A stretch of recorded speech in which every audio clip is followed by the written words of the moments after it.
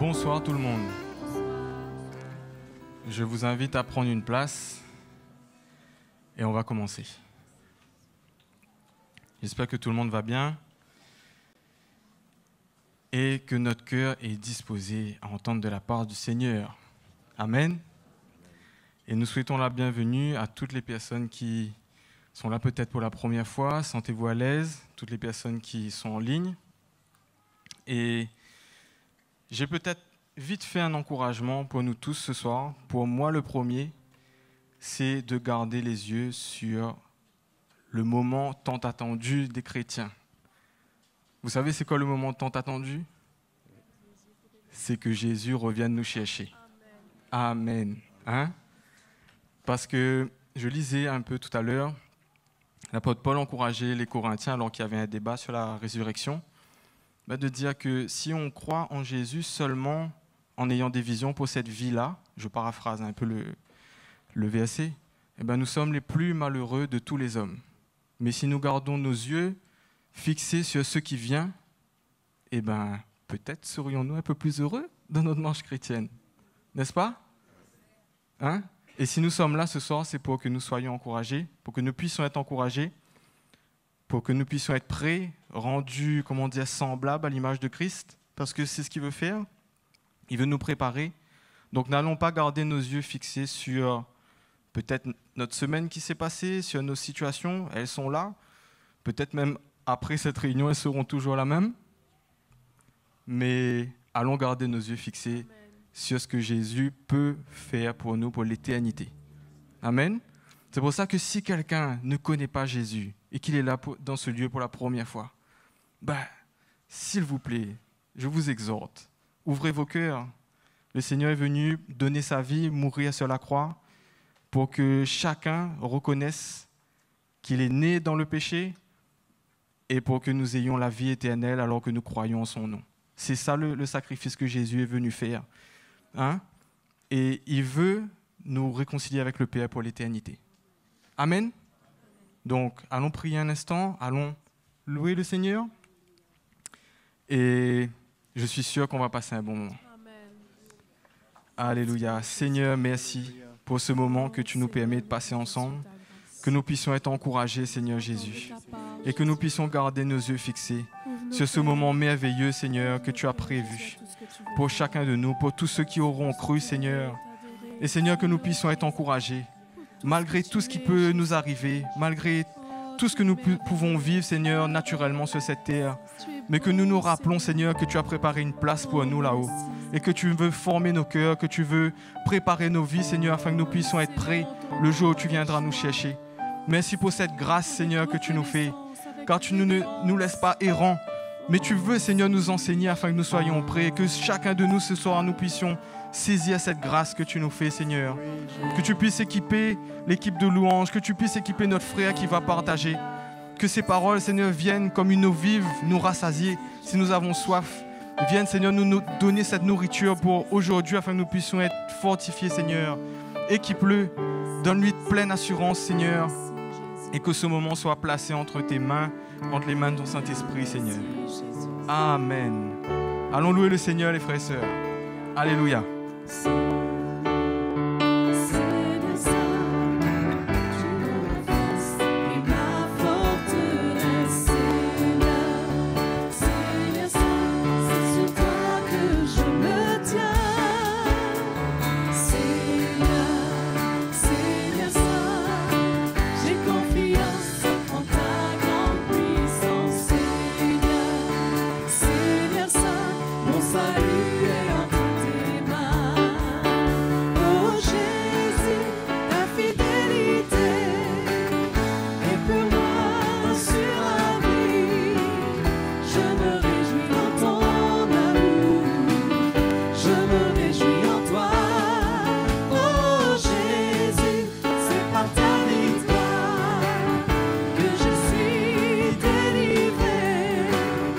Je me réjouis dans ton amour.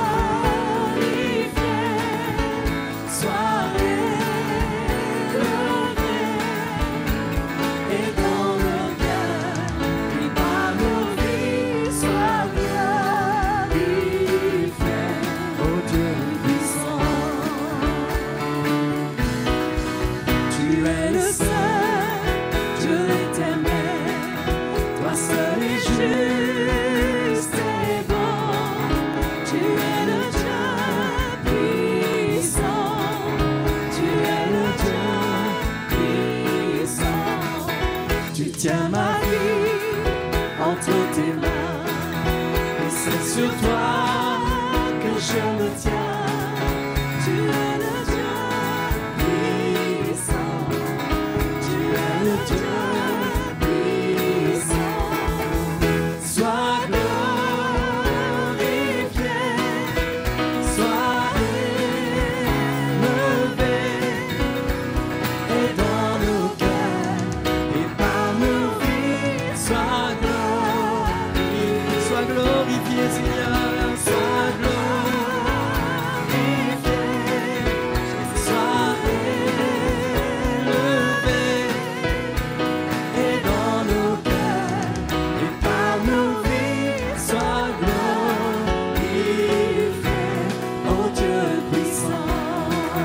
Sois glorifié, Seigneur, sois glorifié, alléluia, sois élevé, et dans nos cœurs et par nos vies, sois glorifié, oh Dieu puissant,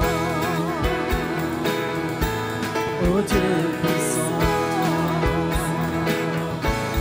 oh Dieu puissant. Alléluia, Seigneur. Alléluia. Alléluia, Seigneur. T'adorons, Seigneur Jésus. Il est exalté, le roi est exalté, puissant. Je louerai. Il est exalté, pour toujours exalté, et je louerai son nom. Il est Seigneur, sa vérité régnera. Tout l'univers en son nom se réjouira. Il est exalté, le roi est exalté, très haut. Il est exalté, le roi est exalté, très haut. Je le louerai. Il est exalté, pour toujours exalté, et je louerai son nom. Il est Seigneur, sa vérité régnera. Tout l'univers en son nom se réjouira. Il est exalté, le roi est exalté, très haut. Il est Seigneur, il est Seigneur, sa vérité régnera. Tout l'univers en son nom se réjouira. Il est exalté, le roi est exalté, très haut. Il est exalté, le roi est exalté, très haut. Alléluia. Il est exalté, le roi est exalté, très haut. Jésus, sois exalté, Seigneur Dieu puissant. Alléluia, Jésus.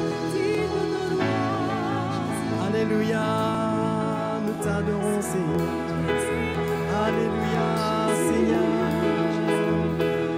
Oh, sois loué, Jésus, sois exalté, notre Dieu. T'adorons. Alléluia, Seigneur. Alléluia. Alléluia. Sois élevé, oh Seigneur. Sois élevé, oh Seigneur, par ton peuple là, dans ta présence, qui crie Saint est le Seigneur,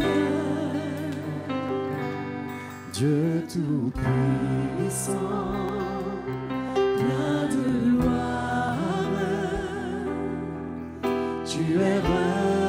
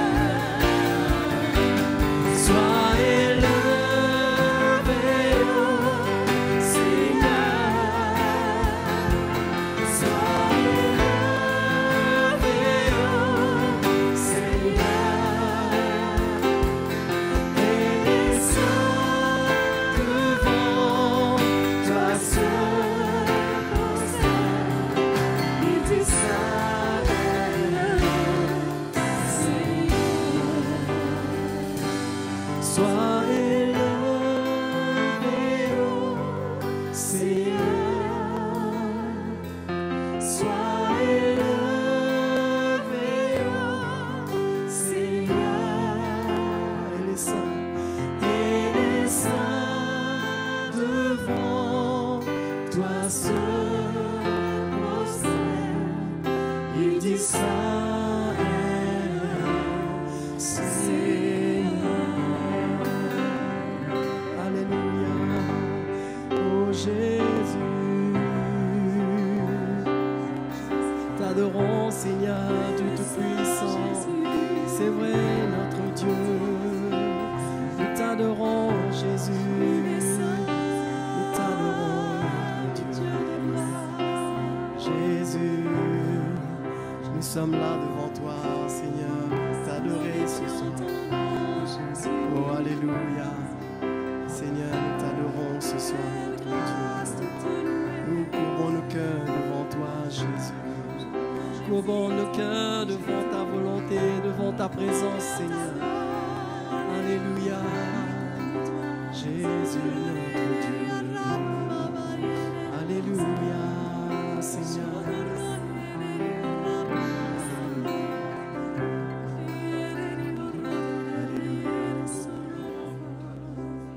Me voici, Seigneur.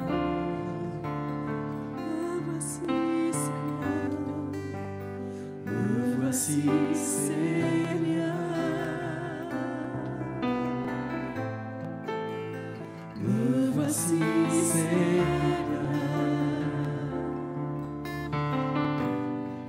je veux faire ta volonté.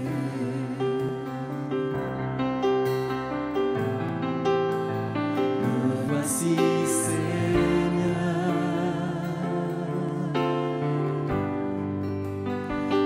voici Seigneur, me voici Seigneur,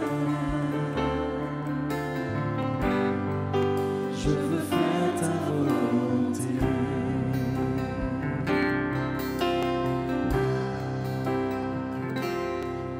Malgré toutes circonstances, malgré toutes mes faiblesses, Seigneur, je viens vers toi pour te louer.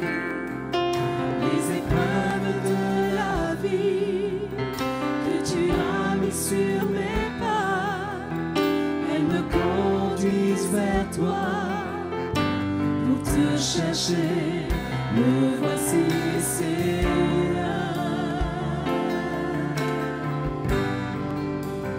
Me voici, Seigneur. Me voici, Seigneur. Je veux faire ta volonté. Me voici, Seigneur Jésus. Me voici, Seigneur. Alléluia, mon Dieu. Me voici, Seigneur Jésus. Me voici, Seigneur. Je veux faire ta volonté.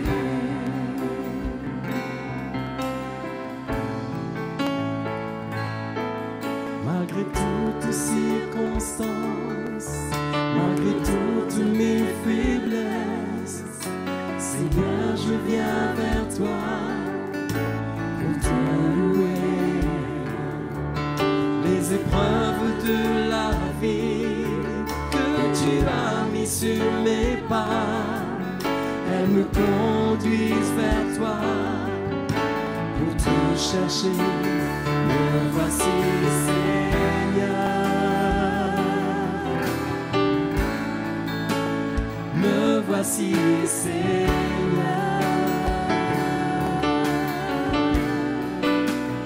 Me voici, Seigneur. Je veux faire ta volonté.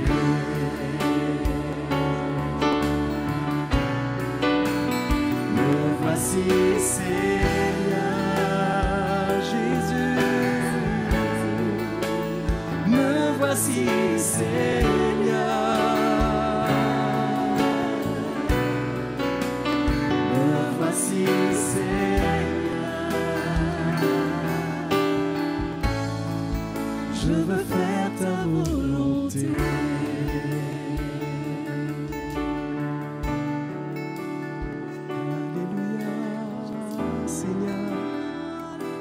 voici devant toi, Jésus, prêt à entendre ta voix, Seigneur Dieu Tout-Puissant.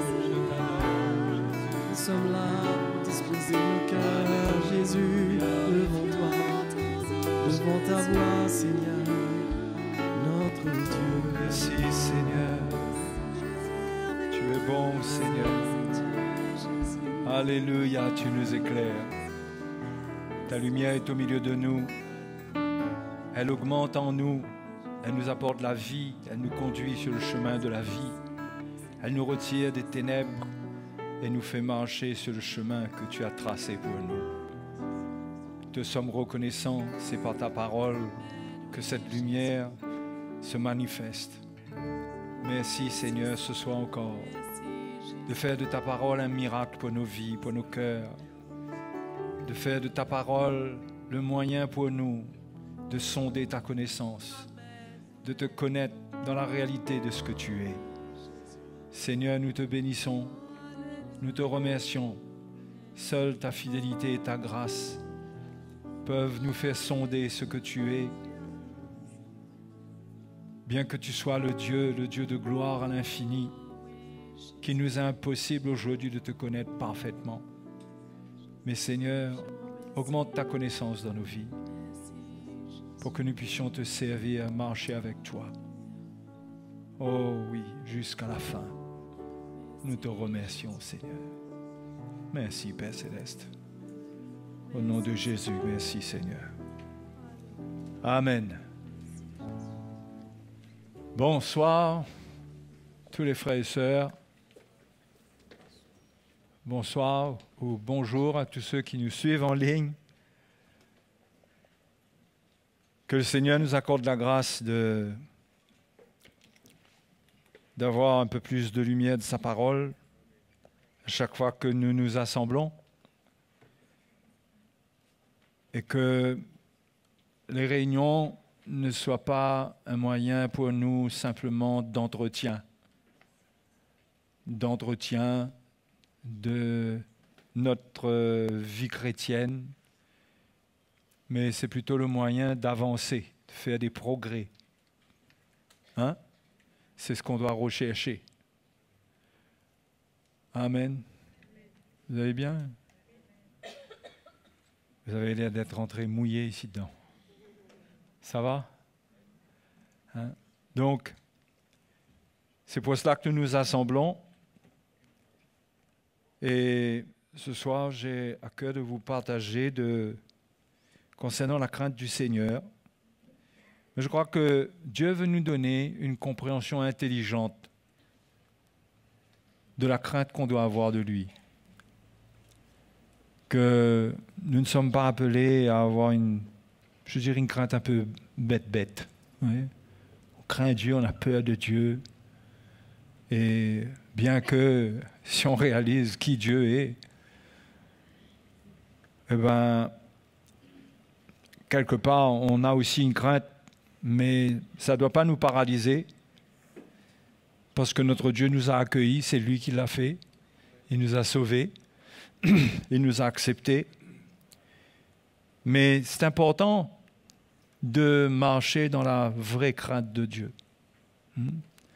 Le livre des Proverbes nous dit au chapitre 2, je crois, au chapitre 2, au verset 9, non, chapitre 2 et le verset 5. Où l'auteur nous dit, inspiré par le Saint-Esprit, « Alors tu comprendras la crainte de l'Éternel et tu trouveras la connaissance de Dieu. » Tu comprendras. Alors, on peut ne pas comprendre la crainte de l'Éternel. On peut ne pas comprendre ce que c'est. Et la crainte de l'Éternel doit être engendrée, doit naître sainement dans notre cœur par une compréhension, par la connaissance de Dieu. En connaissant Dieu exactement pour ce qu'il est. C'est pourquoi la connaissance de Dieu marche avec la crainte de l'Éternel. Si quelqu'un connaît le Seigneur, il aura la crainte de Dieu. Et si quelqu'un craint Dieu, il connaîtra davantage le Seigneur. Il aura la vraie connaissance de Dieu.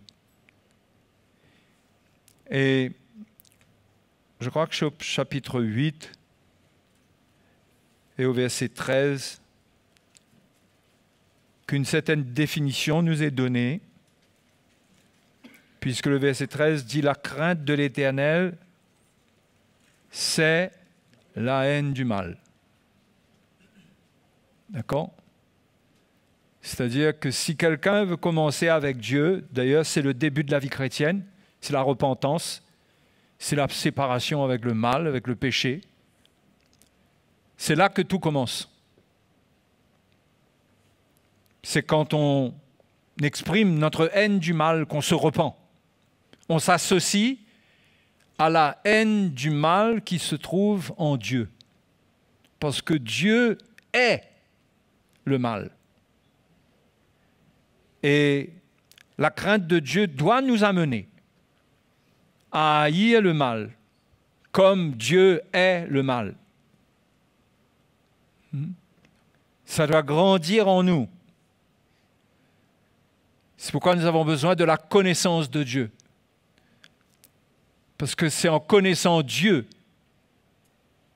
que la haine du mal va grandir en nous. Parce que nous allons voir que Dieu est le mal.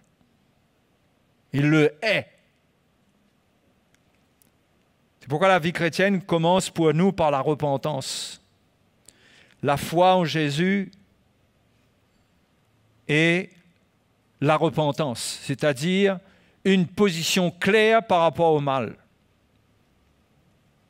où on se dissocie de tout ce qui est ténébreux. On est encore dans la chair, mais par attitude, dans notre cœur. Peut-être que par faiblesse, nous avons encore certaines tendances, mais par attitude, par disposition de cœur, nous sommes contre le mal. Nous ne pouvons pas être pour Dieu et en même temps être un petit peu pour le mal et le tolérer. Les termes de la parole de Dieu concernant les œuvres des ténèbres dans Éphésiens chapitre 5 sont des termes radicaux. Condamnez les œuvres des ténèbres. Condamnez-les, les œuvres infructueuses des ténèbres. Quand la connaissance de Dieu grandit dans nos vies, nous avons une attitude dans notre cœur qui ne tolère pas. Nous ne sommes pas indulgents vers nous-mêmes, dans le sens où nous n'excusons pas le mal qui se manifeste au travers de nous, mais nous condamnons. Et c'est la connaissance de Dieu qui amène cela. S'il n'y a pas de connaissance de Dieu, le mal est toléré. La séduction entre. Au fait, la séduction, c'est justement nous faire accepter, avec le bien, nous faire accepter le mal. C'est pourquoi le Seigneur a dit de ne pas manger l'arbre de la connaissance du bien et du mal. Et Ève a mangé de ce fruit. Et la séduction du serpent, c'était de dire, Dieu a-t-il réellement dit? C'était de faire entrer le mal. Au milieu de ce plan parfait dans lequel ils étaient, le diable a fait entrer le mal. Donc c'est ça la séduction. C'est faire entrer, c'est faire accepter le mal là où il y a le bien de Dieu. Et le chrétien, c'est pourquoi il doit être instruit dans la parole de Dieu afin qu'il rejette le mal totalement. Il ne reste même pas un 0,00001% d'acceptation du mal. C'est rejeté. Et on ne peut pas rejeter le mal sans la révélation. Parce que c'est un peu mélangé en nous-mêmes, ça. Le bien et le mal dans la chair. On doit avoir la parole de Dieu qui, l'Épître aux Hébreux nous dit, elle pénètre, elle sépare. Si nous n'avons pas la révélation de la parole de Dieu, nous mélangeons tout. Et le mal trouve une brèche pour entrer, pour nous séduire et pour nous faire accepter ce qui n'est pas de Dieu. Et l'histoire se répète. Là où Adam a été vaincu, Ève a été vaincue, eh bien, nous aussi, nous pourrions expérimenter la défaite dans notre vie. Donc, il nous faut la connaissance du Seigneur et la haine du mal. Et c'est ça la crainte de Dieu. C'est savoir que Dieu n'a rien à voir avec le mal et qu'on ne peut pas l'excuser ni dans le monde, ni en nous-mêmes. On ne peut pas l'excuser. Ça ne veut pas dire qu'on va aller s'en prendre à tous les gens sur chaque coin de trottoir et attaquer les gens. Non. Mais dans notre vie, par notre vie, nous devons témoigner que nous résistons au mal. Non? Nous résistons aux ténèbres. C'est notre vie, ça doit être le combat d'un chrétien. Et il doit être équipé pour ça. Parce que s'il tient ferme dans ce combat, s'il remporte ce combat, il finira dans la sanctification. Et il verra le Seigneur. Et l'Épître aux Hébreux nous dit la sanctification sans laquelle personne ne verra le Seigneur. Et le combat que le diable mène contre la sanctification du chrétien, c'est la séduction, c'est la tolérance du mal. C'est de nous donner une prédisposition ou une disposition de cœur pour nous justifier. Ce qui est contraire à la repentance. Un chrétien, c'est quelqu'un qui se repent. Parce qu'il réalise que Dieu n'a rien à voir avec le mal et il ne veut lui aussi rien avoir avec. Il condamne le péché. C'est un condamneur de péché. C'est un bourreau du péché. Hein? Il n'accepte pas. C'est pourquoi nous devons être ouverts à la parole de Dieu. Nous devons être ouverts à l'instruction du Seigneur pour nous montrer, pour nous amener à faire la différence entre le bien et le mal. Parce que nous croyons tout connaître de cette différence-là. Mais si on regarde bien dans notre vie, il y a des choses que nous n'avons pas encore compris. Et c'est dangereux. C'est dangereux, non pas ce que nous sommes aujourd'hui, mais c'est dangereux d'accepter la séduction qui nous empêche d'avancer dans la sanctification, d'être éclairé, d'être équipé pour rejeter ce que Dieu rejette, ce que Dieu condamne. Un chrétien doit condamner ce que Dieu condamne. Oui ou non? C'est son zèle, c'est son attitude. Mais il ne doit pas faire dégâts avec ça. C'est pourquoi il ne doit pas être légaliste envers son prochain. Il doit avoir le cœur de Dieu. Parce que Jésus n'est pas venu condamner le mal avec des propos méchants et des propos durs. Il est venu donner sa vie, manifester le cœur de Dieu, l'amour de Dieu, pour que les hommes reconnaissent qui Dieu est et au travers de lui, que les hommes puissent connaître au travers de lui, Jésus, qui Dieu est. Et la Bible nous dit dans Ésaïe 11, Ésaïe 11 nous parle, le prophète Ésaïe annonce la venue du Messie. Et le verset 2 du chapitre 11 nous dit « L'Esprit de l'Éternel reposera sur lui, esprit de sagesse et d'intelligence. Esprit de conseil et de force. Esprit de connaissance et de crainte de l'Éternel. Ça, c'est Jésus, ça. Hein? Esprit de connaissance et de crainte. Vous voyez comment la connaissance marche avec la crainte de Dieu? Comme au chapitre 2 de Proverbes qu'on a lu. Il respirera la crainte de l'Éternel. Il ne jugera point sur l'apparence, il ne prononcera point sur un oui-dire. C'est-à-dire qu'il ne va pas trancher sur la première parole qui arrivera sur la première plainte. Mais il va respirer la crainte de Dieu. Vous savez, on croit que Jésus, on s'imagine que Jésus, du fait qu'il fréquentait les pécheurs, il était avec eux, qu'on pourrait s'imaginer que Jésus est dans une attitude où il accepte le péché. Mais certainement, quand on se tenait en sa présence, la Bible dit qu'il respirait la crainte de l'Éternel. C'est-à-dire qu'on ressentait au travers de lui qu'il haïssait le mal. Mais son amour pour les hommes se manifestait plus fort que cela. Ça s'appelle la grâce. La haine du mal ne s'exprimait pas. Si tellement clairement, c'était l'amour de Dieu, la grâce de Dieu qui se manifestait. Mais en lui, il respirait la crainte de l'Éternel, la haine du mal. Il était venu pour vaincre le mal. Donc ce passage d'Ésaïe nous dit que l'Esprit de l'Éternel reposera sur lui, esprit de sagesse et d'intelligence. C'est étonnant, mais le Proverbe chapitre 2 que nous avons lu au départ, on pourrait mettre en parallèle. Chapitre 2,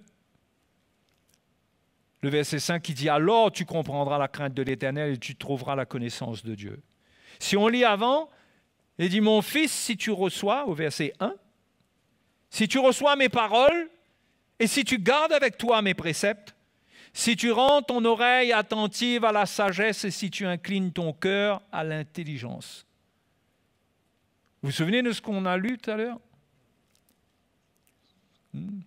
Que le Seigneur était animé. Il y avait en lui, l'Esprit de Dieu reposait sur lui, un esprit de sagesse et d'intelligence. Donc, quand le livre des Proverbes nous parle, nous encourage ici, et nous dit encore au verset 3, « Oui, si tu appelles la sagesse et si tu élèves ta voix vers l'intelligence. » Ça nous parle de notre approche de Jésus. C'est lui la sagesse et l'intelligence que Dieu nous donne. Et cette sagesse et cette intelligence produisent en nous la crainte de Dieu. Ça nous éclaire. Oui, si tu appelles la sagesse, si tu élèves la voix vers l'intelligence, si tu la cherches comme l'argent, si tu la poursuis comme un trésor, alors tu comprendras la crainte de l'Éternel. Là, tu comprendras pourquoi il faut craindre Dieu. En quoi est-ce qu'il faut craindre Dieu? Si tu te tournes vers celui qui respire la crainte de Dieu. Quand on s'approche de Jésus, ça ne nous laisse pas légers. Si quelqu'un dit qu'il connaît le Seigneur, ça ne peut pas le laisser dans une légèreté par rapport au monde et par rapport au péché. Ça augmente en lui la crainte de Dieu, puisque c'est la crainte qui est dans le Seigneur Jésus. Il est en communion avec Jésus, il participe à ce qui est dans le Seigneur quand il est en communion avec le Seigneur. Donc la crainte de Dieu qui existe en Christ prend sa vie. Et ça produit la haine du mal. Le verset 6 nous dit « Car l'Éternel donne la sagesse, de sa bouche sortent la connaissance et l'intelligence. » Donc Dieu veut nous donner sa connaissance. La connaissance de Dieu est importante. Et connaître Dieu, ce n'est pas simplement avoir donné notre vie à Dieu pour notre salut. Comme moi, en 1982 ou 83, je ne me suis jamais souvenu de la date exacte. Mais la connaissance de Dieu, Ce n'est pas j'ai connu et puis c'est fini. Mais on grandit dans la connaissance de Dieu. C'est ce que Pierre nous dit. 2 Pierre au chapitre 1, il commence son épître.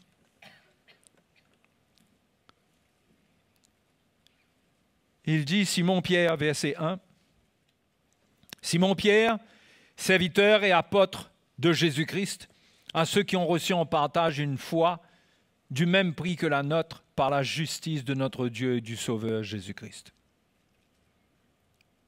Là, il parle du salut. On a reçu la foi. On a cru. On a eu cela en partage, cette foi qui est parmi les saints. Hein? Le verset 2, il dit « Que la grâce et la paix vous soient multipliées par la connaissance de Dieu et de Jésus notre Seigneur. » Donc, la connaissance de Dieu, ça doit se multiplier. La grâce se multiplie par la connaissance de Dieu. Ça veut dire que plus on connaît Dieu, plus cette paix et cette grâce vont agir, vont se multiplier. La connaissance de Dieu n'est pas quelque chose de stagnant, mais c'est une lumière qui doit grandir. Le livre des Proverbes donne une belle image de ça. Il faut que je retrouve ça. Ça doit être au chapitre 4 ou au chapitre 5. Enfin, dans les premiers chapitres. Je vais vous trouver ça tout de suite. Et ce n'est pas au chapitre 5. C'est peut-être au chapitre 4, au verset 18. Le sentier des justes est comme la lumière resplendissante, dont l'éclat va croissant jusqu'au milieu du jour. Vous voyez ce qui se passe sur le sentier du juste? La lumière grandit.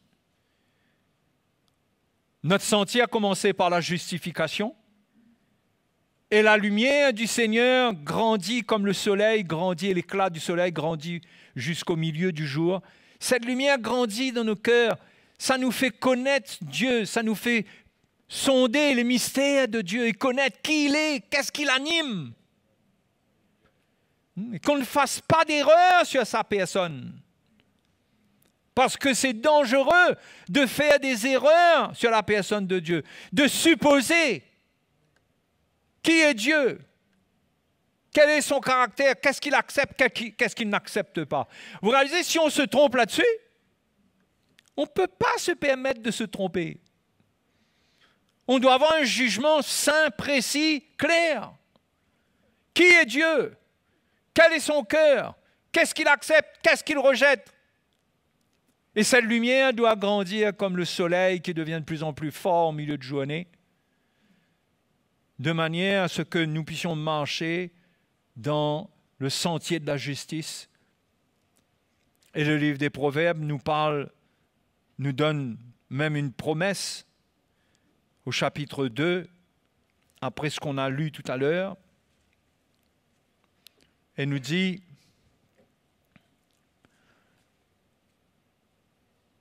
il tient au verset 7, en réserve le salut pour les hommes droits, un bouclier pour ceux qui marchent dans l'intégrité, en protégeant les sentiers de la justice. Et si on a la crainte de Dieu, Dieu nous protège dans les sentiers de la justice. Ce que sa justice dit nous concernant devient vrai pour nous.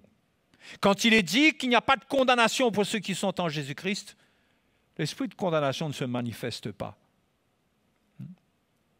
Quand on marche dans la crainte de Dieu, quand on le connaît,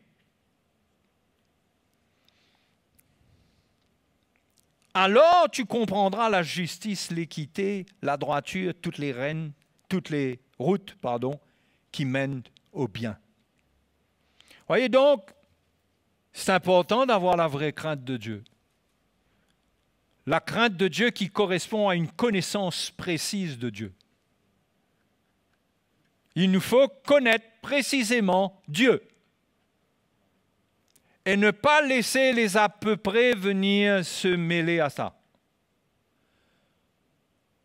Pourquoi on doit chercher à le connaître? Il faut le connaître.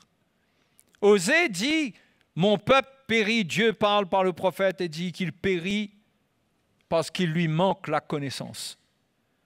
Le manque de connaissance de Dieu amène la destruction du peuple de Dieu. Donc, on doit avoir la crainte de Dieu.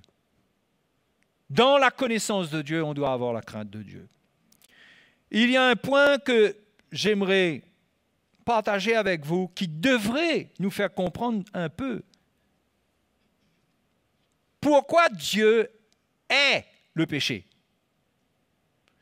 Parce que on peut analyser le péché sous le rapport de commandement qu'on transgresse, et quand on transgresse un commandement, on a désobéi, c'est le péché. D'accord? On peut dire on a des commandements, si on n'obéit pas, ne pas obéir, c'est le péché. Mais pourquoi Dieu a donné ces commandements-là? Au fond, qu'est-ce que ça cache? On va remonter loin. Dans Genèse chapitre 1, j'espère que ça vous aidera à avoir une compréhension saine de la crainte de Dieu. Genèse 1 et le verset 26. Lorsque Dieu a créé l'homme et la femme, il a dit, « Faisons l'homme à notre image. » Faisons l'homme à notre image. Vous savez, ces premières paroles de Dieu concernant la création de l'homme établissent toute la raison pour laquelle Dieu est le péché. Parce que l'homme a été créé à son image.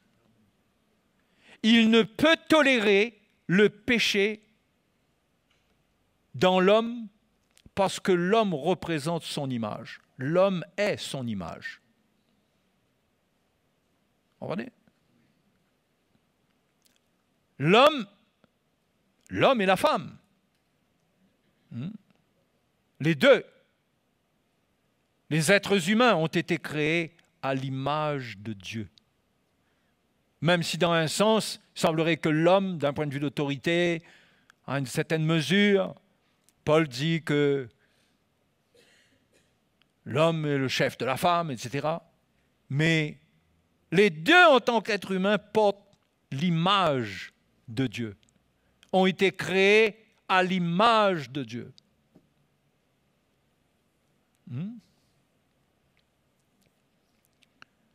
Le verset 27 dit d'ailleurs, Dieu créa l'homme à son image, il le créa à l'image de Dieu, il créa l'homme et la femme. Donc on montre que les deux sont associés. Ok les sœurs? Dans cette image de Dieu. C'est pourquoi Dieu est le péché. Parce que le péché est une atteinte à son image.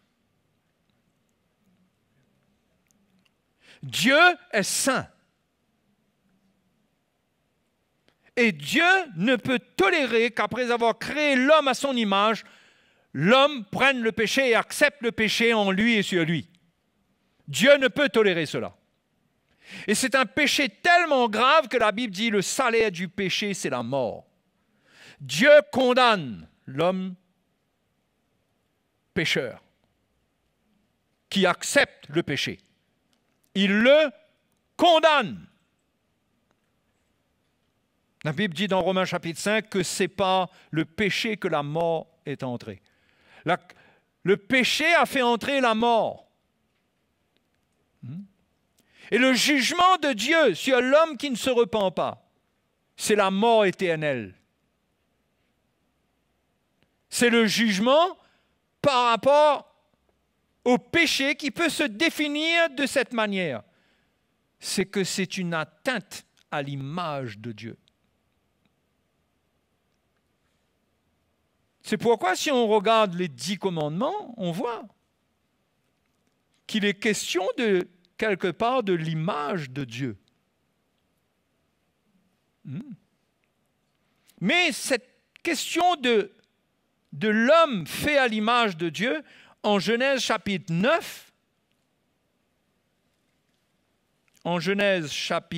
9,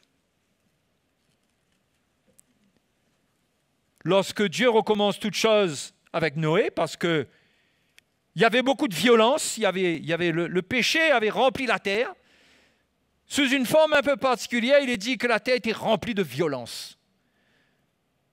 Vous voyez? Donc le Seigneur il s'est repenti d'avoir créé l'homme et il a mis Noé à part de sa famille. Il a envoyé le déluge, il a jugé l'humanité. Il y a un jugement qui va revenir sur l'humanité. Ce ne sera plus par l'eau, ça va être par le feu. D'accord? Mais quand Dieu a recommencé avec Noé, il a rappelé à Noé. Il a dit au verset 6, « Si quelqu'un verse le sang de l'homme, par l'homme son sang sera versé, car Dieu a fait l'homme à son image. » Donc quand Dieu recommence avec Noé, il rappelle cela. Et il précise maintenant la règle de jugement. Si quelqu'un verse le sang de l'homme, par l'homme son sang sera versé. Car Dieu a fait l'homme à son image. C'est-à-dire, on ne touche pas à l'homme.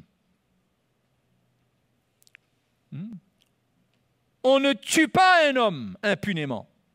C'est toucher l'image de Dieu. C'est s'en prendre à Dieu lui-même. C'est ne pas respecter Dieu lui-même. Celui qui fait ça. C'est pourquoi dans l'un des 10 commandements, il est dit « tu ne tueras point ». Mais même les commandements qui concernent Dieu, les premiers commandements, le premier concernant l'idolâtrie, de ne pas se faire d'image taillée, de ne pas avoir d'autre Dieu, ensuite de ne pas se faire d'image taillée, qui représente Dieu. Et Dieu dit qu'il y a une punition sur 3 ou 4 générations. Même plus. Oui, sur 3 ou 4 générations. Pour ceux qui pratiquent ce péché. Pourquoi? Parce que l'idolâtrie, c'est porter atteinte à l'image de Dieu. Romains chapitre 1 nous donne des précisions.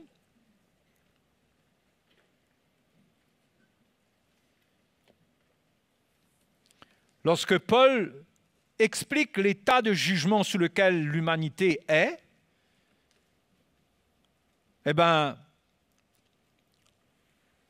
il le fait, il explique tout cela avant de parler de la rédemption par Jésus-Christ. Et là, le premier péché qui est condamné, parce qu'il en parle à partir du verset 18, mais le verset 22 nous parle d'un élément que les hommes font qui est abominable. Il dit, les hommes, verset 22 du chapitre 1, se vantant d'être sages, ils sont devenus fous. Et ils ont changé la gloire du Dieu incorruptible en image, représentant l'homme corruptible des oiseaux, des quadrupèdes et des reptiles. C'est pourquoi Dieu les a livrés selon les convoitises de leur cœur. Ainsi, ils déshonorent eux-mêmes leur propre corps. Ils portent atteinte au corps glorieux de Dieu, bien que Dieu n'a pas un corps physique. Ils portent atteinte à la nature de Dieu. Et Dieu les livre à la corruption dans leur corps. C'est le jugement de Dieu. C'est comme œil pour œil, dent pour dent. Vous portez atteinte à mon image en faisant des idoles? Eh bien, voilà ce qui va se passer avec vous maintenant. Vous êtes livrés dans un état de péché pour être complètement dégradé. Vous voyez? Donc, on voit que Dieu répond au péché parce que le péché le déshonore. Le déshonore, c'est le déshonneur de Dieu. C'est ça qu'on doit comprendre. Le péché déshonore Dieu, l'honneur de Dieu. Si quelqu'un veut glorifier Dieu, vous savez, c'est facile de chanter des chants et dire nous te glorifions. Mais comment est-ce qu'on glorifie le Seigneur réellement? En se faisant respecter comme étant des créatures à l'image de Dieu. En respectant cette dignité.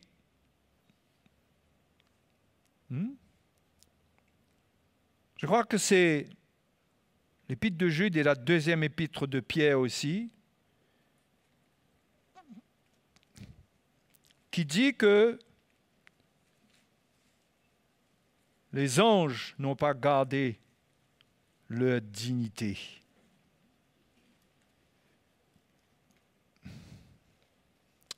Peut-être dans Jude, l'épître, sans chapitre, un seul chapitre. Je veux des paroles précises. Chapitre 1, verset 5. Je veux vous rappeler, à vous qui savez fort bien toutes ces choses, que le Seigneur, après avoir sauvé le peuple et l'avoir tiré du pays d'Égypte, fit ensuite périr les incrédules, qu'il a réservés pour le jugement du grand jour, enchaînés éternellement par les ténèbres, les anges qui n'ont pas gardé leur dignité, mais qui ont abandonné leur propre demeure. Vous savez de quoi ça parle, ça? Ils n'ont pas respecté la nature que Dieu leur a donnée. Ils sont allés vers des femmes, ils se sont comportés comme des humains. C'est de ça qu'il est parlé ici, dont il est question. Verset 7 dit que Sodome et Gomorrhe et les villes voisines qui se livrèrent comme eux, à la débauche et à des vices contre nature, sont donnés en exemple subissant la peine d'un feu éternel. Donc vous voyez, ces anges déchus n'ont pas gardé leur dignité.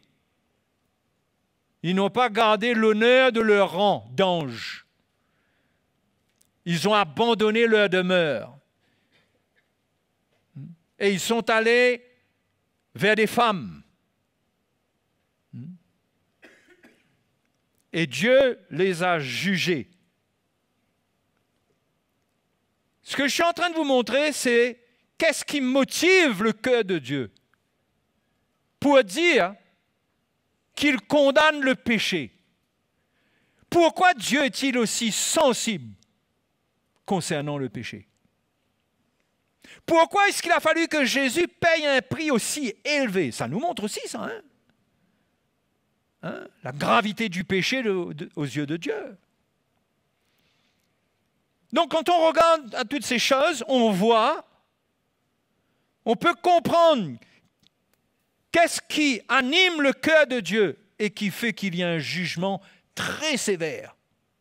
Parce que c'est porter à sa personne, porter atteinte à sa personne sainte, juste, droite, pure, glorieuse. C'est pourquoi Dieu ne veut pas nous laisser dans notre état. Nous avons été sauvés, nous avons été tirés non pas d'Égypte, mais du monde. Nous sommes en train de traverser le désert, mais faisons attention de retourner à l'incrédulité, de tomber dans le désert. Mais traversons le désert pour atteindre Canaan. Nous avons été appelés à entrer dans la gloire de Dieu et en chemin à être transformés de gloire en gloire à son image. C'est un retour vers l'image de Dieu. C'est une œuvre de Dieu. 2 Corinthiens chapitre 3 nous en parle.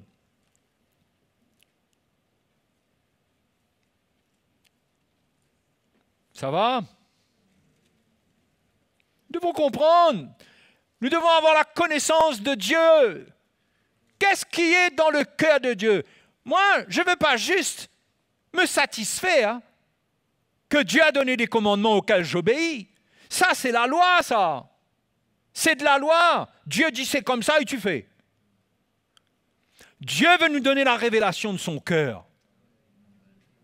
Il veut nous communiquer pourquoi est-ce qu'il est le péché.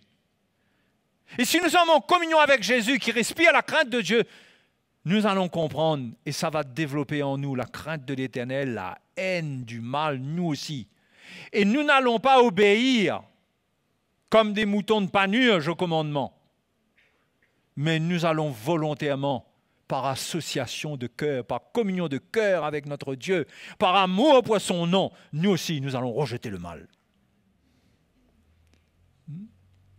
Donc la vie chrétienne, c'est un zèle pour Dieu contre le mal. Et si on n'a pas de lumière, on vit la sanctification à un niveau légaliste. Il faut faire. Hein? Et on demande, c'est comme ça qu'on demande, est-ce que j'ai le droit de faire ça? Est-ce que j'ai le droit ou je n'ai pas le droit? Eh bien, toute la réponse est là-dedans. Si tu as la connaissance de Dieu, tu dois avoir la réponse dans la connaissance de Dieu. Ce n'est pas juste une histoire de commandement. Dieu a mis les choses bien en ordre. Dieu a mis les choses en ordre par rapport à sa personne. À une époque où il ne s'était pas encore pleinement révélé, il a donné des lois. Ces lois correspondaient à son standing de sainteté. Mais ces lois ne révélaient pas son cœur. Ces lois disaient, voilà. Mais quand on regarde, on comprend ce qu'il y a dans le cœur de Dieu.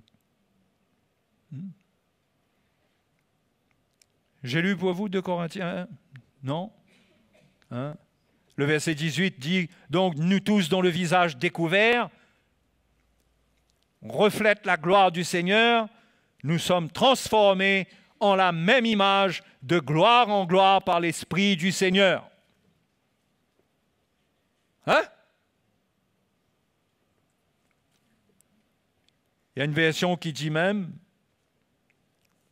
c'est celle que vous avez pour la plupart d'entre vous, nous tous qui le visage découvert, contemplons comme dans un miroir la gloire du Seigneur. Nous contemplons comme dans un miroir la gloire du Seigneur. Eh bien, nous sommes transformés en la même image. Et c'est ça la sanctification. La sanctification, c'est être transformé en l'image de Dieu. C'est retrouver pleinement l'image de Dieu. Est-ce que vous croyez que ça va se faire dans la vie de chrétiens qui acceptent le péché pendant qu'ils cherchent ça, soi-disant? Non! Non, ça ne va pas se faire. C'est ce qui fait beaucoup de rétrogrades, qui aiment le monde et qui prennent le monde comme un moule. Dieu n'est pas le moule. Ils ne contemplent pas Dieu.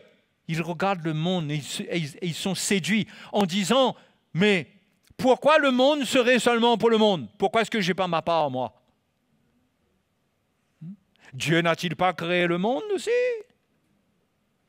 Mais la Bible est claire, ne laisse pas de doute que tout ce qui est dans le monde ne vient pas du Père. Donc si on connaît la parole de Dieu, on ne se laisse pas séduire. On ne se laisse pas séduire, les frères et sœurs.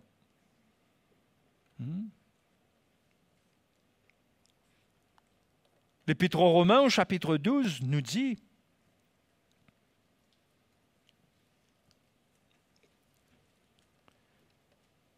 verset 1,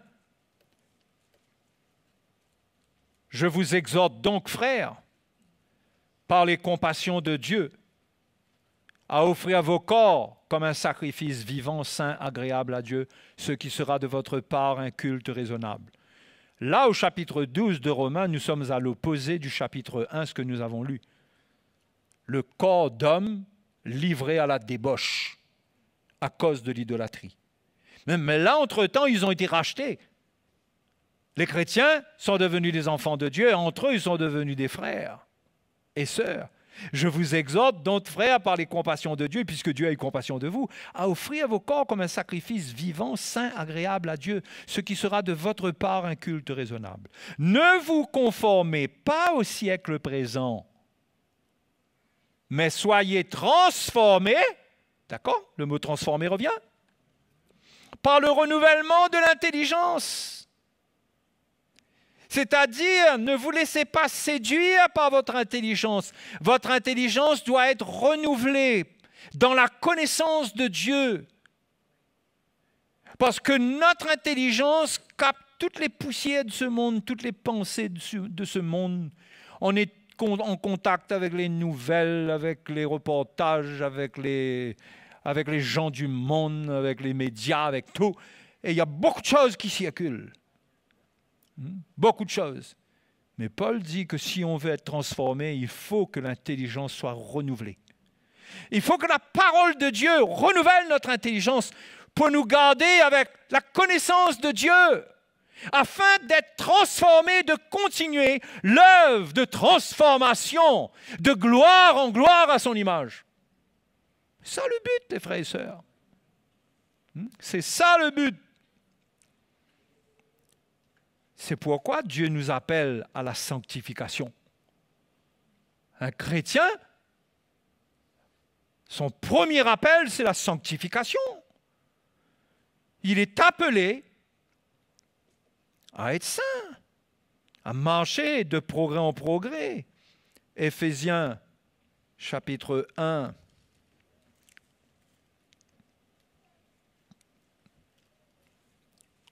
Verset 4. En lui, c'est-à-dire en Christ. Éphésiens 1, 4. En lui, Dieu nous a élus avant la fondation du monde, pour que nous soyons... Et comme si ce n'était pas suffisant, qu'est-ce qui est écrit encore après?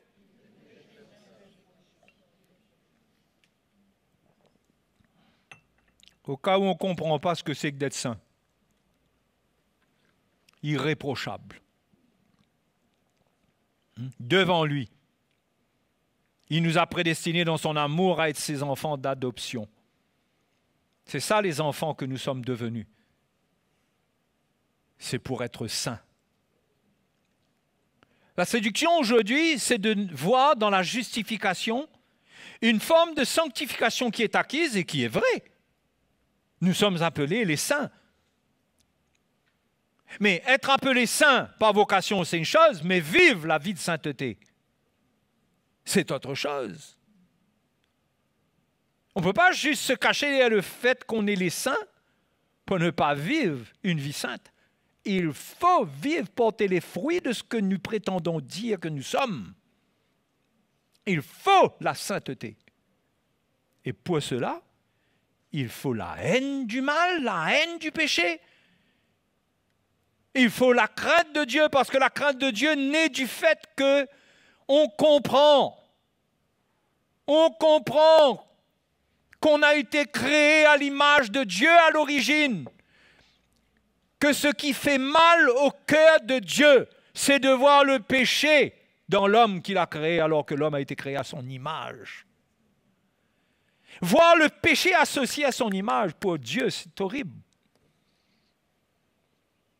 Et nous, les chrétiens, nous devons comprendre ça. Nous devons développer la haine du mal, le dégoût du péché. Parce que le Dieu qui m'a sauvé, qui m'a créé, qui m'a racheté de mes péchés, il déteste le péché. Je dois le haïr, moi aussi. À commencer par ma propre vie. C'est pourquoi le Seigneur dit que si quelqu'un ne hait même sa propre vie, parce que le péché a souillé la chair de l'homme. Mais si on comprend ça, on a la réponse. On a la réponse à beaucoup de questions. J'ai le droit? J'ai pas le droit? Oui. Paul dit on est libre. Tous mes permis. Mais attention. Je crois que si on a l'intelligence de Dieu, la sagesse de Dieu, la lumière de Dieu, si on est en communion avec le Seigneur, notre liberté ne nous amènera pas à vivre dans le péché et à accepter une vie selon la chair qui n'est pas agréable à Dieu. Vous comprenez pourquoi la Bible dit que ceux qui marchent selon la chair, qui vivent selon la chair, ne sauraient être agréables à Dieu? Parce que la vie selon la chair, c'est une vie entachée par le péché. Ça porte l'odeur du péché. Même quand ça ne le manifeste pas visiblement. Mais la chair porte ça. Dieu veut que la croix vienne dedans. C'est pourquoi dans les temps dans lesquels nous sommes, nous devons être zélés pour la sanctification. En comprenant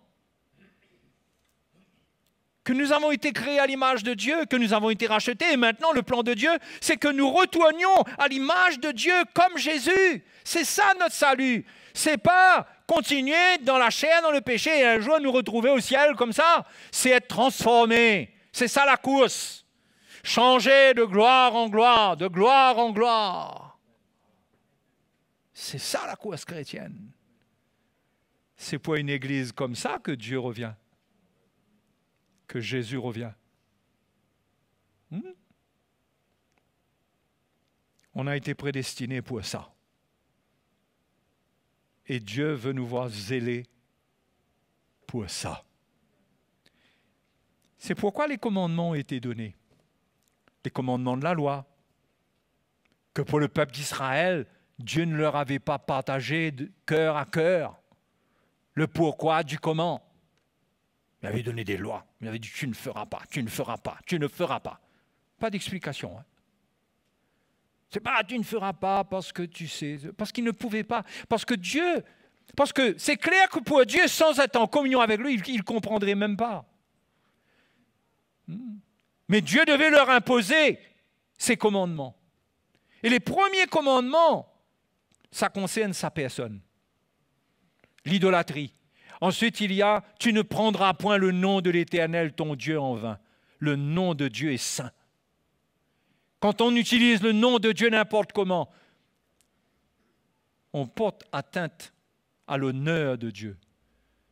C'est pourquoi les fausses doctrines sont dangereuses. Parce que les fausses doctrines utilisent le nom du Seigneur pour faire valoir le mensonge. C'est pourquoi Paul dit à Timothée que si quelqu'un prononce le nom du Seigneur, qu'il s'éloigne de l'iniquité. C'est ça l'iniquité. C'est prendre le nom de Dieu, utiliser le nom de Dieu, être un faussaire. Utiliser le nom de Dieu pour faire valoir, pour signer des fausses doctrines et mentir aux hommes. Vous savez quoi? Un chrétien ne devrait rien avoir avec ça. Il ne devrait même pas aller écouter. Il ne devrait même pas donner son oreille. Il devrait avoir ça en dégoût. Il devrait sentir que ça, ce n'est pas pour moi. Parce que ce n'est pas la vérité. Il ne devrait pas chercher les solutions là-dedans. Il devrait aimer la vérité. Celle qui proclame qui Dieu est et ce que Jésus a fait pour nous sauver. C'est pourquoi, après avoir donné les commandements concernant sa personne, le Seigneur donne le commandement du sabbat. Le sabbat représente la communion de l'homme avec Dieu. Il ne devait rien faire. Pourquoi? Pas pour bâiller aux corneilles. Pas pour être là et observer les mouches dans l'atmosphère. C'était un moment où il devait rester tranquille, sûrement que cela représentait la communion avec le Seigneur, le moment de repos où il était en communion avec Dieu, il méditait. Et le premier commandement qui vient après, c'est quoi?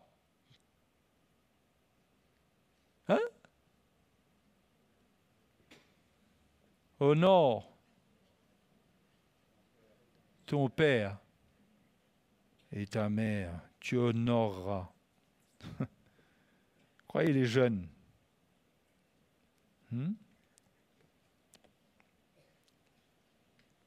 Là, je saute là.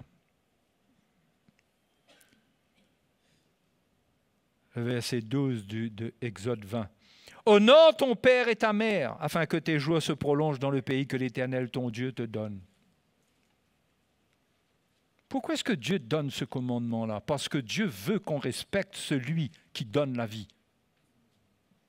Parce que pourquoi? Parce que ça fait partie de l'image qu'il a mis dans l'homme. L'homme participe à sa nature créatrice. Et il veut que les enfants respectent ça. Parce qu'au travers de cela, les enfants respectent Dieu le Créateur. Oh, les jeunes. Ça fait partie de la nature de Dieu. Dieu est comme un père pour nous. Il est important qu'on l'honore et qu'on le respecte. Eh bien, il veut que ça soit représenté dans la société, encore plus dans l'Église. Honore ton père et ta mère. Ton maire aussi, le maire de ton village, mais ça n'a rien à voir avec ça. Honore-les. Parce que c'est le cœur de Dieu. Ça fait partie de l'image de Dieu. Le jeune doit voir L'image de Dieu dans ses parents, ça représente l'autorité de Dieu pour eux. Et on ne respecte pas ça à condition que, non, il doit y avoir une attitude qui respecte cela pleinement. Pleinement. Ça ne veut pas dire que tes parents te disent « va jeter ton corps dans le fond de rempart » et tu le fais. Ça a pour limite la volonté de Dieu concernant la vie et concernant servir à Dieu. Mais il y a une attitude. Et le prochain commandement, c'est quoi? Tu ne tueras point. C'est respecter l'image de Dieu. Dans l'homme, on ne peut pas détruire un homme. Si on tue un homme, parce qu'on ne peut pas tuer Dieu. Vous savez, l'idolâtrie, c'est quoi? C'est vouloir tuer Dieu. Le mettre à mort. Faites de lui une pierre. Vous trouvez quelque chose de vivant, vous, dans une pierre, dans une image? C'est la manière que le diable a trouvé de faire de Dieu un Dieu mort. Mais on ne peut pas tuer Dieu. Mais on peut tuer un homme. Et Dieu a dit, tu ne tueras point. Et tu ne tueras point, ça va loin. Parce que celui qui respecte l'image de Dieu dans son prochain, il réalise que sa colère même ne peut pas être justifiée. Hein? Matthieu, c'est dans Matthieu chapitre 5, verset 21.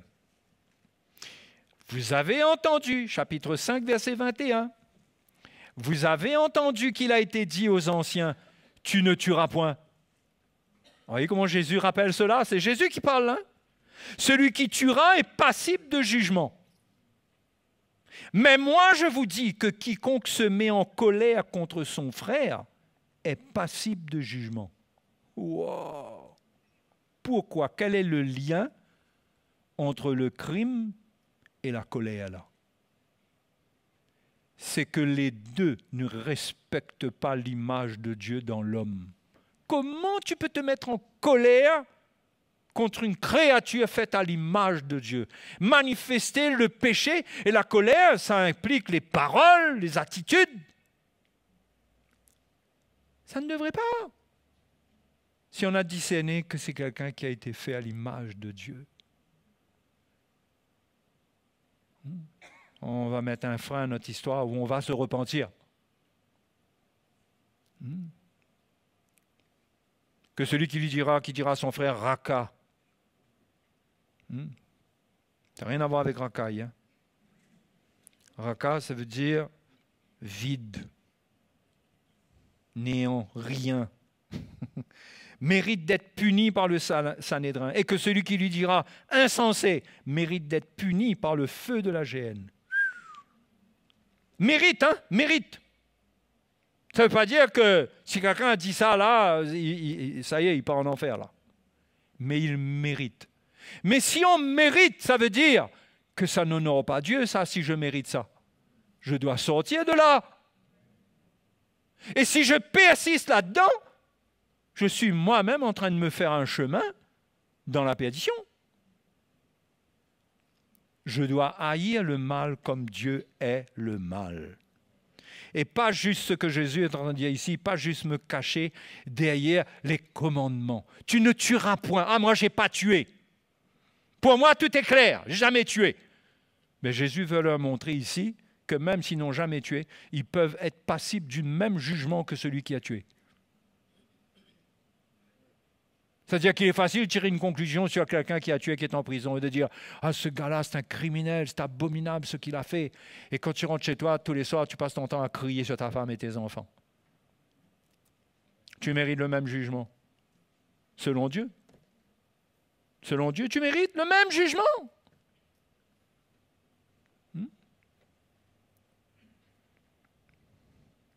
C'est pourquoi le Seigneur dit que si tu te souviens que ton frère a quelque chose contre toi, va te réconcilier et tout ça. Ça passe avant l'offrande. Mets ta vie en ordre. Mets ta vie en ordre. Après, il y a un commandement qui dit, le verset 27, Jésus le reprend, vous avez appris qu'il a été dit, tu ne commettras pas d'adultère. L'adultère. C'est un des commandements qui a été donné. Ça concerne l'image de Dieu, parce que Jésus, il est venu, Jésus a une épouse. Jésus est fidèle. Il est fidèle. Donc, je dois haïr l'infidélité parce que dans ma communion avec le Seigneur, il n'y a pas de place pour l'infidélité. Il est l'époux. Il m'aime inconditionnellement. Tout retourne à ça, mes frères et sœurs, tout. Tout. Moi, je vous encourage à méditer là-dessus et à voir comment on doit respecter l'image de Dieu en chacun de nous. L'œuvre de Dieu dans la vie de chacun de nous. C'est pourquoi la Bible dit que si on redresse quelqu'un, que ce soit avec douceur. On doit apprendre, mais on rate. On a des attitudes, mais on doit avoir la crainte de Dieu. Vous savez, la crainte de Dieu, ça va produire un brisement. On va craindre, on va dire, Seigneur, mais tu n'aimes pas ça, mais moi je manifeste ça tellement facilement, mais ça peut me perdre parce que tu n'es pas d'accord avec ça. Tu n'es pas d'accord avec la convoitise. Il a été dit, tu commettras point d'adultère, mais moi je vous dis que quiconque regarde une femme pour la convoiter a déjà commis un adultère avec elle dans son cœur. C'est contre l'image de Dieu. C'est contre ce qui est en Dieu de convoiter. C'est contre la nature de Dieu. Quand il met sa nature en nous, c'est une nature pour être content de ce que nous sommes. Il y a tout dedans pour nous. Comme lui, il est le Dieu bienheureux, il nous communique une nature pour vivre dans le contentement. Et que nous sommes tout pour lui. Ça devrait suffire. Vous voyez comment la convoitise vient tout gâcher? Si quelqu'un comprend ces choses, ça doit changer sa vie. Le verset 38 dit, vous avez appris qu'il a été dit, œil pour œil, dent pour dent, mais moi je vous dis de ne pas résister aux méchants. Si quelqu'un te frappe sur la joue droite, présente-lui aussi l'autre. Ah, pourquoi? Pourquoi il ne faut pas que s'il te donne une gifle, tu lui donnes une gifle? Parce que toi, tu as la révélation que cet homme-là n'a pas la lumière, mais c'est une créature de Dieu. Il a été fait à l'image de Dieu. Non, mais ça paraît un peu philosophique, peut-être ce que je suis en train de vous dire, mais peut-être que c'est une lumière qui peut vous aider aussi. Comment on doit respecter même le méchant. On doit être édifié dans une vraie foi, avec l'amour de Dieu, pour pouvoir répondre selon l'amour et présenter l'autre joue, s'il le faut, mais ne pas nous en prendre à quelqu'un, parce qu'on comprend que tout être humain a été créé à l'image de Dieu. Et si on dit, il mérite ça, eh bien Dieu veut nous rappeler que nous méritons peut-être plus que lui, mais nous avons été pardonnés. C'est pourquoi quelqu'un qui persiste dans cette attitude-là et qui ne pardonne pas, il retrouve ses péchés. Oui, c'est ce que la parabole nous dit. Donc, les frères et les sœurs, il y a quelque chose qui nous manque. Il y a une crainte de Dieu qui nous manque. Quand on a cette crainte de Dieu-là, on se repent. On ne dit pas c'est pas grave. On ne dit pas c'est pas grave. On dit c'est grave. Moi, ces derniers temps, quand je médite la parole du Seigneur, quand je vois toutes ces choses et je réalise ce qui motive le cœur de Dieu par rapport au péché et comment il m'a sauvé et que je vois les faiblesses qui sont encore là dans ma vie, ce que je peux encore manifester. Mais j'ai la crainte du Seigneur quelque part, mon cœur est... Je ressens une crainte dans mon cœur, pas une condamnation. Mais j'ai une crainte de Dieu. En même temps, je dis, Seigneur, tu n'aimes pas ces choses, secours-moi. Et ça vous amène à chercher celui qui peut vous secourir. Pas à rester oisif, mais dans votre cœur, à crier vers lui. Mais si on n'a pas de connaissance de Dieu, On n'a pas de crainte de Dieu. On vit la vie chrétienne comme des lois. On est obligé de faire ça. On n'est pas obligé de faire ça. Pourquoi est-ce qu'il ne faut pas être une occasion de chute pour notre frère? Pourquoi est-ce que la Bible parle de ça? Que ça fait partie de marcher selon l'amour. Pourquoi? Parce que perdre un frère, c'est perdre quelqu'un qui a été créé à l'image de Dieu. Et prendre à la légère, le laisser. Le laisser, le livrer. Maintenant, si lui, il n'obéit pas, c'est son affaire. Mais si quelqu'un, ou plutôt, je dois faire attention à ma vie, que je ne sois pas une occasion de chute pour les gens qui sont faibles, qui ont un cœur pur, qui aiment Dieu mais qui sont faibles. Je dois faire attention d'être une occasion de chute pour eux. Je ne peux pas vivre ma vie dans la liberté de dire qu'ils comprennent, ils comprennent, s'ils ne comprennent pas, ils ne comprennent pas. Je ne marche plus selon l'amour et le respect de l'image de Dieu, là.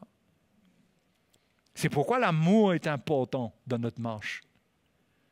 L'amour nous fait considérer qu'est-ce que notre vie, quel est l'impact de notre vie sur notre prochain. Vous voyez?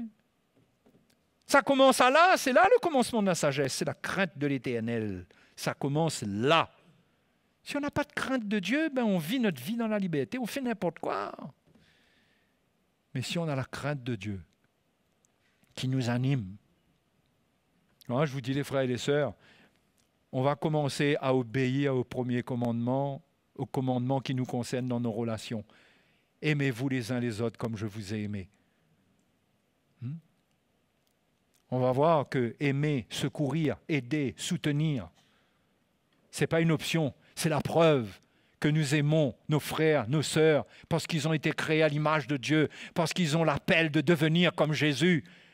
On les aime comme tels et on ne veut pas les perdre. Il y a un cœur en nous qui fait qu'on respecte l'image de Dieu, on aime ça. Et on s'attend à ça pour eux. Et on soutient l'œuvre de Dieu dans leur vie.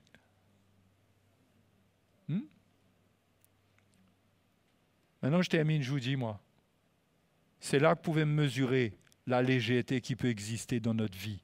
Et cette légèreté, on vient l'excuser en se disant, je ne suis pas sous la loi.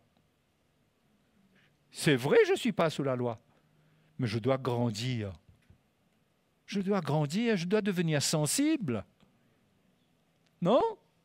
Je dois devenir sensible aux besoins des uns et des autres. Ça ne veut pas dire que là, je secoue tout le monde n'importe comment. Non, non. Ça ne veut pas dire que là, je vais secourir quelqu'un qui est dans la rébellion. Non, il doit se repentir.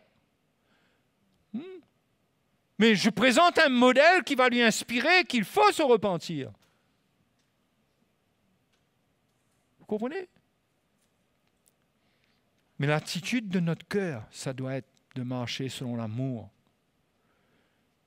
et de comprendre, de ne jamais désirer la perte de quelqu'un. Parce que même si on discipline quelqu'un, on ne désire pas sa perte, on s'attend à ce qu'il vienne, à ce qu'il revienne, à ce qu'il retourne au Seigneur. Vous comprenez? Parce qu'on ne peut pas, on ne peut pas juger. La Bible dit ne jugez pas. On ne peut pas juger. Juger un homme, c'est comme juger Dieu, quelque part. Si on se trompe concernant Dieu, c'est grave. Ça ne veut pas dire qu'on ne peut pas prononcer de jugement spirituel, de discipline. Je parle d'avoir des jugements charnels. Ou pour nous, débrouille à lui. Non, ça ne devrait pas animer notre cœur. L'amour devrait être en nous. Et ça devrait prendre notre cœur de plus en plus et nous réveiller pour être sensible, pour prier pour les besoins. Quand on apprend que quelqu'un a un moment difficile, on prie pour qu'il ne se décourage pas. On ne rajoute pas des pierres dans son sac à dos. Mais on est là, on va l'aider à porter son fardeau. Si quelqu'un pêche, première chose, il doit se repentir. D'accord? Mais on a un cœur pour que les autres, les uns et les autres, soient sauvés. Dieu veut qu'on ait ce zèle-là, les uns envers les autres, parce que nous avons tous été créés à l'image de Dieu. Nous portons cette image et c'est une manière de l'honorer, de vivre selon l'amour, de vivre de cette manière-là. Amen. Alors, ce que je vous dis là, pour terminer, je vous dis ça là. Ça peut vous amener à compromettre l'Évangile si vous ne comprenez pas ça. Vous pouvez croire que là, à n'importe quel prix, il faut aimer, et dans ce cas, vous allez compromettre. Vous vous dites, ben non, ben là, c'est trop dur, pourquoi est-ce qu'on agit comme ça avec un tel? Pourquoi est-ce qu'on discipline un tel? Il faut rester avec l'amour, mais avec la parole de Dieu. Quand la parole de Dieu nous dit de ne pas manger avec certaines personnes, on ne mange pas. Certaines personnes qui se nomment mon frère, là, on l'aide, là, on respecte l'image de Dieu en lui, là, parce que c'est la manière que Dieu nous dit. C'est comme ça qu'il va réaliser qui il est, et il va se repentir. Parce qu'à la base, il faut qu'il se repente. Ce n'est pas ma responsabilité de sauver un rebelle. Et ce n'est pas votre responsabilité de sauver un rebelle. Le rebelle doit se repentir. Le pécheur doit se repentir. Il ne doit pas trouver au milieu de nous la compromission. Est-ce que j'ai le droit de faire ça? Et nous, on n'est pas éclairés, on dit, ben écoute, le Seigneur est compatissant. Le Seigneur, il connaît ton cas. On participe. Au lieu de le tirer de la boue, là, on achève de l'enfoncer avec amour. Il y a une intelligence spirituelle que Dieu veut nous donner. Et il y a une crainte de Dieu qui doit nous animer. Cette crainte va réveiller beaucoup de choses dans notre cœur. Les œuvres, les bonnes œuvres, le secours, le soutien, la repentance, faire attention dans notre maison même, comment nous parlons à nos enfants. Comment nous parlons à nos enfants. Est-ce que nous parlons à nos enfants comme Dieu nous parle? Est-ce que c'est le même modèle? Faire attention, quel est le modèle que nous produisons? Est-ce que nous ne sommes pas en train de détruire l'image de Dieu dans ces enfants-là?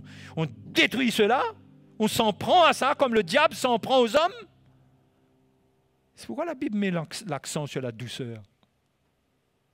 Donc il y a une qualité de vie, un style de vie, il y a des attitudes.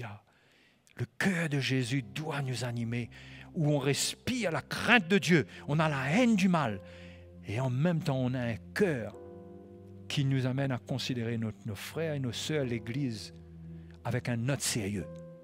Pas laver notre main. Vous savez combien de fois on est comme Pilate? Vous connaissez l'histoire de Pilate? Voilà. Vous savez combien de fois on se lave les mains? Concernant l'Église, concernant les fardeaux, concernant les problèmes, qu'on se lave les mains, on ne prie pas. On se dit, moi, ma vie est assez compliquée comme ça. Dans l'Église, on ne doit pas se laver les mains comme Pilate. On ne doit pas prendre le sang de personne sur nos mains. On doit se secourir, se soutenir selon la parole de Dieu. Alléluia.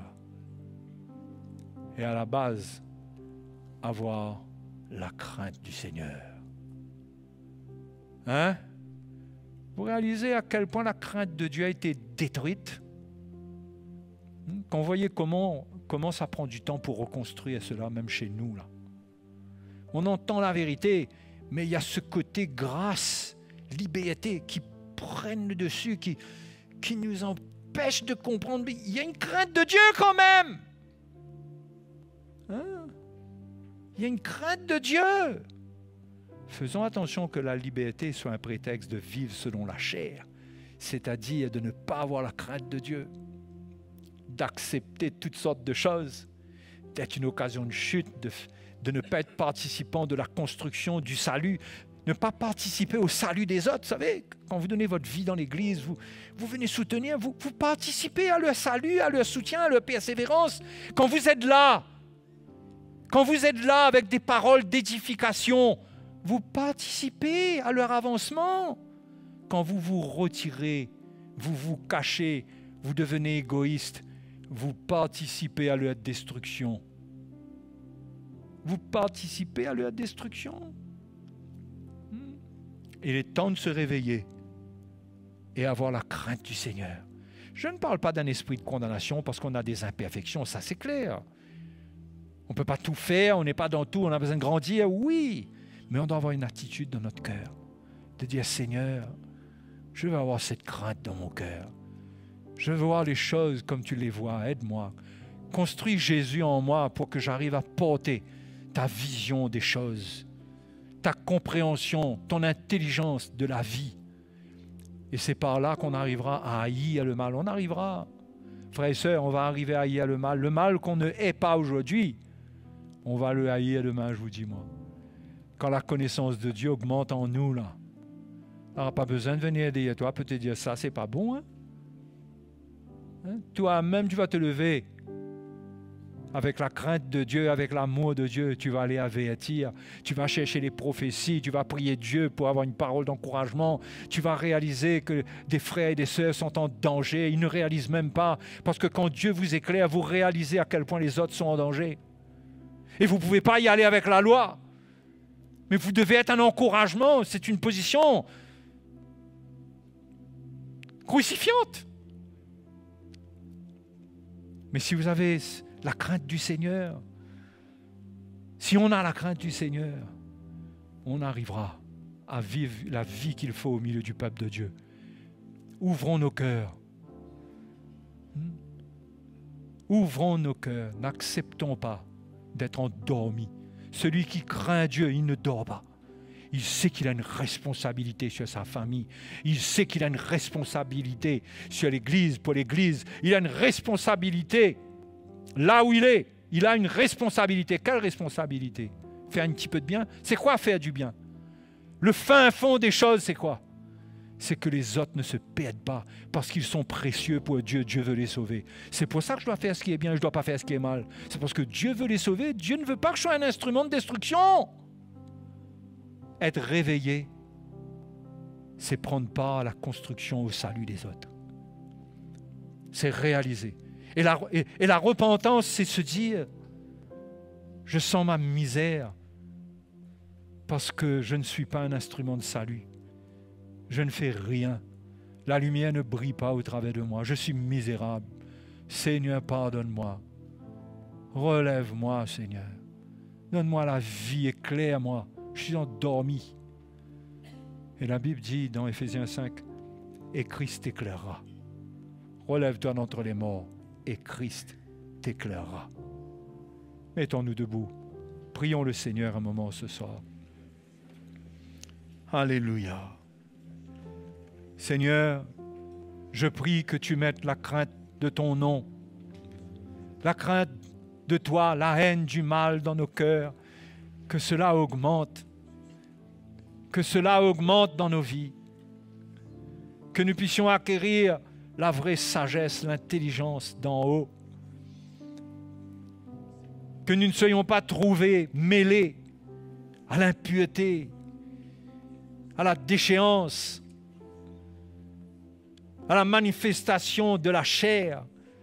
Seigneur, sanctifie-nous, saisis nos cœurs, reprends-nous. Oui, Seigneur, nous voulons accueillir ta réprimande pour être saisis dans nos cœurs afin de nous sanctifier et d'arrêter de produire des fruits qui te déshonorent. Nous voulons, Seigneur, nous voulons comprendre ces choses. Je prie que ton peuple puisse comprendre cela, que cela augmentera dans les jours qui viennent, que cela va augmenter dans la vie de ton peuple, que nous aurons une autre attitude dans la vie, une autre manière de parler, une autre manière de parler des uns et des autres, que tu vas enlever tout jugement dans notre cœur, tu vas mettre davantage un esprit de prière, un soutien, et tu vas nous donner la possibilité de soutenir ceux qui sont faibles, ceux qui ont besoin d'aide. Seigneur, amène une sensibilité dans nos cœurs, que nous devenions participants de ton œuvre. Oh, ce soir, je prie pour nous tous. Nous avons besoin de ta grâce. Merci pour ta grâce. Merci pour ta grâce. Toute la grâce est en toi, Seigneur. Tu respires la crainte de Dieu. Alléluia. Donne-nous, Seigneur. Communique-nous. Communique à nos cœurs ces choses. Oh, nous te rendons gloire. Nous te rendons gloire. Alléluia. Notre salut, frères et sœurs, c'est participer à Jésus-Christ. C'est participer à sa nature. C'est participer à ce qu'il est. C'est prendre ce qu'il est. C'est un échange. C'est pour ça que nous avons pris notre baptême, pour y laisser notre vieil homme et l'échanger pour la vie de Christ, pour Jésus-Christ, pour qu'il vive en nous. C'est pourquoi nous devons l'accepter lorsqu'il nous réprimande, lorsqu'il nous instruit. Et nous devons lâcher notre vie comme nous l'avons fait dans les eaux du baptême. Nous devons lâcher notre vie dans les eaux. Et nous devons prendre la vie nouvelle, la vie de résurrection. La nouvelle vie. C'est notre appel, mes frères et sœurs. C'est une marche quotidienne. C'est une repentance quotidienne parce que nous ne serons pas parfaits, nous allons rater. Mais ne prenons pas comme prétexte que nous ne sommes pas parfaits pour rester dans des choses ténébreuses. Parce que Dieu connaît notre cœur, il voit aussi qu'est-ce qui nous anime. L'orgueil, l'amour du monde. Il voit toutes ces choses. Sentons notre misère. Venons devant lui ce soir. Venons devant lui pour nous repentir. Crions au Seigneur. Crions au Seigneur si vous avez atteint un niveau de compromission dans votre vie. Criez au Seigneur. Criez au Seigneur. Demandez-lui de vous pardonner. Il faut le pardon que Dieu donne en ressentant un cœur humble. Criez au Seigneur. J'espère et je prie ce soir que l'Esprit de Dieu vous donne la grâce de crier vers Dieu, de vous tirer de la mort, comme Paul l'a dit, relève-toi d'entre les morts. Que le Saint-Esprit te retire de la mort et te donne un cœur pour réagir, pour dire non, je ne veux pas rester comme ça. Je veux me relever. Seigneur, réveille-nous.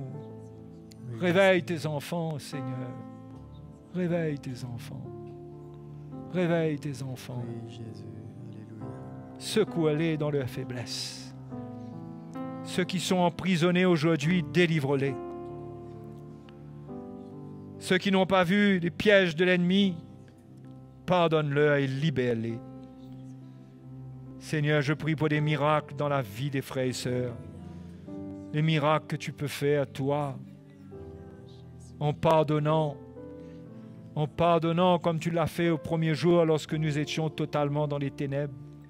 Ce soir encore, ton pardon est toujours là.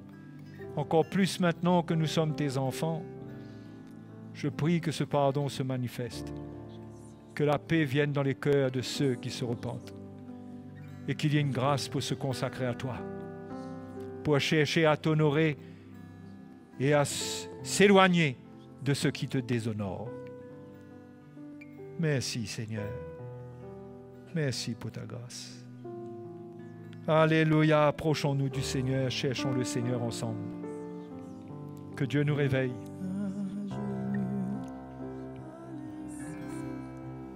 Brise-moi, ô Seigneur, attendris mon cœur, que ma vie puisse te glorifier.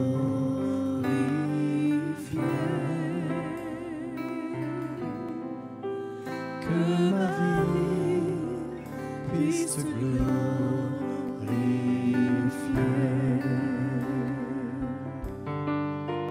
Brise-moi, ô Seigneur, attendris mon cœur, que ma vie puisse te glorifier.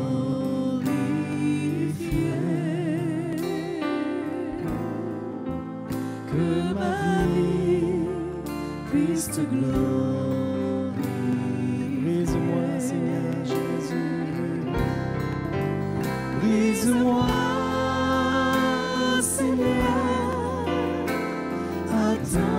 attendris mon cœur, que ma vie puisse te glorifier.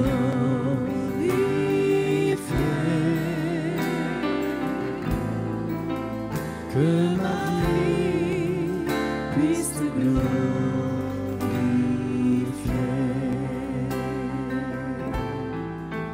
Que ma vie puisse te glorifier.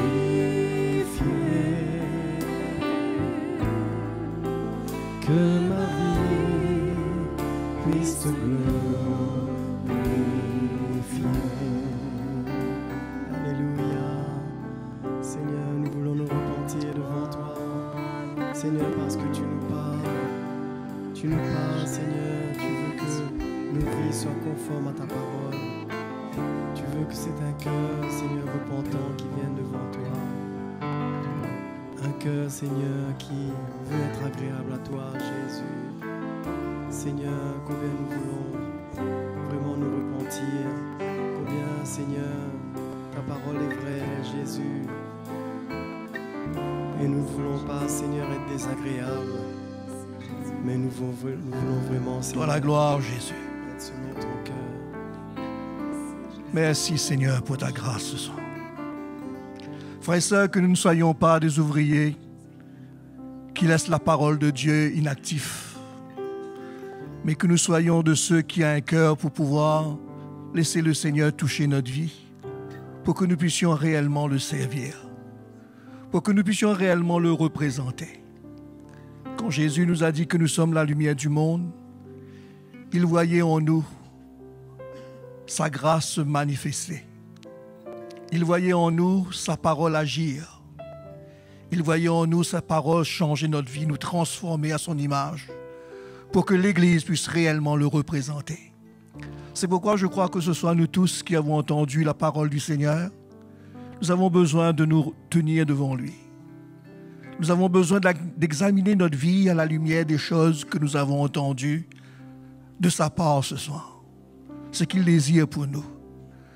C'est pourquoi, frères et sœurs, nous ne pouvons pas nous contenter ce soir de dire que nous avons entendu quelque chose de bon, mais que nous puissions réaliser que Dieu s'adresse à nous individuellement, qu'il veut parler à notre cœur, qu'il veut nous montrer notre cœur, pour que nous puissions nous appuyer sur sa grâce et le permettre d'agir dans notre vie, le permettre de nous changer.